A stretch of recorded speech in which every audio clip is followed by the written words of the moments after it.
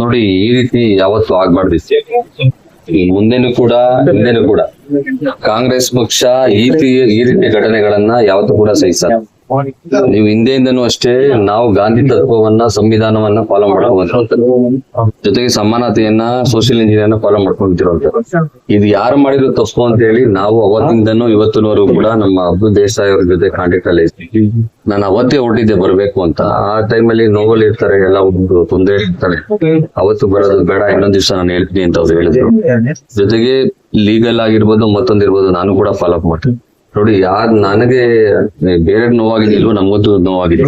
ಯಾವುದೇ ನಮ್ ತಾಯಿ ಆಗ್ಲಿ, ಮತ್ತೊಬ್ಬನ ತಾಯಿ ಆಗ್ಲಿ, ತಾಯಿ ಎದುರುಗಡೆ ಇನ್ನೊಬ್ಬನ ಮಗನ್ನ ಮರ್ಡರ್ ಮಾಡೋದಿದೆಯಲ್ಲ, ಅದು ಸಹಿಸಕ್ ಆಗದಿರೋಂತ ಘಟನೆ. ಅದನ್ನ ನಾನಂತೂ ಖಂಡಿಸ್ತೀನಿ. ಮತ್ತೆ ಇವೆಲ್ಲ ಇಂಥದ್ ಮತ್ತೆ ಮುಂದುವರಿಬಾರ್ದು. ಸಂಘಟನೆ ವಿಚಾರಕ್ಕೆ ರಾಜಕೀಯದಲ್ಲಿ ಏನ್ ಬೇಕಾದ್ರೂ ಮಾಡ್ಲಿ. ಈಗ ರಾಜಕೀಯ ಯಾರು ಮಾಡಲ್ಲ, ಎಲ್ಲಾ ತರದಲ್ಲೂ ನಡೀತದೆ. ಬೇರೆ ಪಾರ್ಟಿಯವ್ರು ಇರ್ತಾರೆ, ನಮ್ ಪಾರ್ಟಿಯವ್ರು ಇರ್ತಾರೆ. ರಾಜಕೀಯ ತರನೇ ಇರ್ಬೇಕೆ ಹೊರತು ಕೊಲೆಯಲ್ಲಿ ಎಂಡ್ ಆಗ್ಬಾರ್ದು. ಇದನ್ನ ನಾನ್ ಸಹಿಸಲ್ಲ. ಅದಕ್ಕೆ ಸರಿಯಾದ ರೀತಿಯಲ್ಲಿ ನಾವು ಕೂಡ ಜೊತೆ ನಿಂತಿದ್ದೀವಿ. ಆಮೇಲೆ ಅಬ್ದುಲ್ ದೇಸಾಯಿ ಅವರು ಅವರ ಬಹಳ ಬ್ರದರ್ ತರ ಇದ್ರು ನಮ್ಮ ಉಪಾಧ್ಯಕ್ಷತೆ. ಆಮೇಲೆ ನನಗೂ ಕೂಡ ಕಳೆದ 10 ವರ್ಷದಿಂದ ಬಹಳ ಪರಿಚಯ. ಯಾಕಂದ್ರೆ ನಾನು NSY ರಾಜ್ಯಾಧ್ಯಕ್ಷ ಆಗಿದ್ದಾಗ ಅವರು ಜಿಲ್ಲಾಧ್ಯಕ್ಷರಾಗಿದ್ರು. ಒಳಗಡೆ ಒಂದು ಮೊಮೆಂಟಮ್ ನೋಡ್ತಾ ಇದ್ವಿ. ಬೆಸ್ಟ್ ಡಿಸ್ಟ್ರಿಕ್ಟ್ ಪ್ರೆಸಿಡೆಂಟ್ ಅಂತ ಒಂದು ಅವಾರ್ಡ್ ಅನ್ನ ಡೆಲ್ಲಿಲಿ ಕೊಟ್ಟಿದ್ವಿ. ಅದ್ರದ್ದು ಕೂಡ ಒಂದು ಮೊಮೆಂಟಮ್ ನೋಡಿದ್ವಿ. ಈ ರೀತಿ ಘಟನೆಗಳು ಸರಿ ಇಲ್ಲ, ಮಾಡಬಾರ್ದು. ಯಾರು ಮಾಡಿದ್ರು ಕೂಡ ತಪ್ಪು. ಕಾನೂನು ಚೌಕಟ್ಟಿನಲ್ಲಿ ಅದನ್ನ ಎನ್ಕ್ವೈರಿ ಆಗ್ತಿದೆ. ನಿಮ್ಗೆ ಅನ್ಸ್ಬೋದು ಅದನ್ನ ನೋಡಿಲ್ಲ ಅಂತ. ನಮ್ ನಾಯಕರುಗಳು ಕೂಡ ಮಾತಾಡಿದ್ದಾರೆ, ಏನ್ ತಪ್ಪಾಗಿದೆ ಅದಕ್ಕೆ ಶಿಕ್ಷೆ ಆಗ್ಲೇಬೇಕು ಅಂತ ಹೇಳಿ. ಅದನ್ನು ಕೂಡ ಫಾಲೋ ಅಪ್ ಅಲ್ಲಿ ಇದೀವಿ, ಆಗುತ್ತೆ.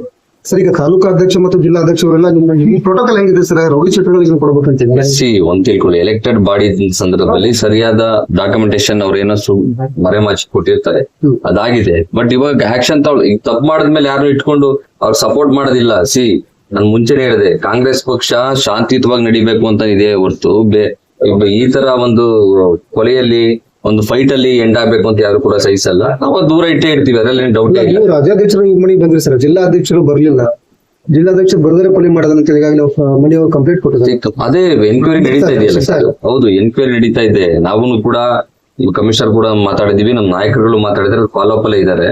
ಸರಿಯಾದ ತನಿಖೆ, ನಿಮ್ಗೆ ಗೊತ್ತಿದೆ ಲೀಗಲ್ ಅಲ್ಲಿ ಹೆಂಗ್ ನಡೀತದೆ, ಸ್ಟೆಪ್ ಅಂತ. ಸರಿಯಾದ ತನಿಖೆ ಆಗ್ತಾ ಇದೆ. ನಂಬಿಕೆ ಇಡಿ, ಯಾರು ತಪ್ಪು ಮಾಡಿದ್ರೆ ಅವ್ರಿಗೆ ಶಿಕ್ಷೆ ಆಗಿ ಆಗೋದು, ಅದ್ರಲ್ಲಿ ಡೌಟೇ ಇಲ್ಲ. ಅದಕ್ಕೆ ನಾವು ಜವಾಬ್ದಾರಿ ತಗೊಂತೀವಿ.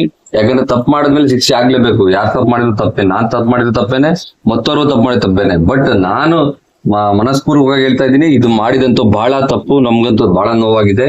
ಯಾರೇ ತಪ್ಪು ಮಾಡಿದ್ರು ತಪ್ಪು. ಬಟ್ ಅದನ್ನು ಕೂಡ ಮನೆಗೆ ನುಗ್ಗಿ ಬಂದು ಹೊಡೆಯುವಂತದ್ದು ಅಥವಾ ಈ ಒಂದು ಕೊಲೆಯಲ್ಲಿ ಹಿಂಡಾಗುವಂತದನ್ನ ನಾವು ಸಹಿಸಲ್ಲ. ಕಾನೂನು ಚೌಕಟ್ಟಲ್ಲಿ ಏನಾಗ್ಬೇಕು ಅದಕ್ಕೆ ನಾವು ಜೊತೆಗೆ ನಿಂತ್ಕೋತೀವಿ. ಮತ್ತೆ ಅವನು ನಮ್ಮ ಬ್ರದರ್ ತೀರಿ ಹೋಗಿದ್ದಾನೆ, ಅವನ್ ಮಾಡ್ಬೇಕಾದ ಕೆಲಸನ ಈ ಕುಟುಂಬಕ್ಕೆ ಏನ್ ಮಾಡ್ಬೇಕು ಅದನ್ನ ನಾವು ಮಾಡ್ತೀವಿ.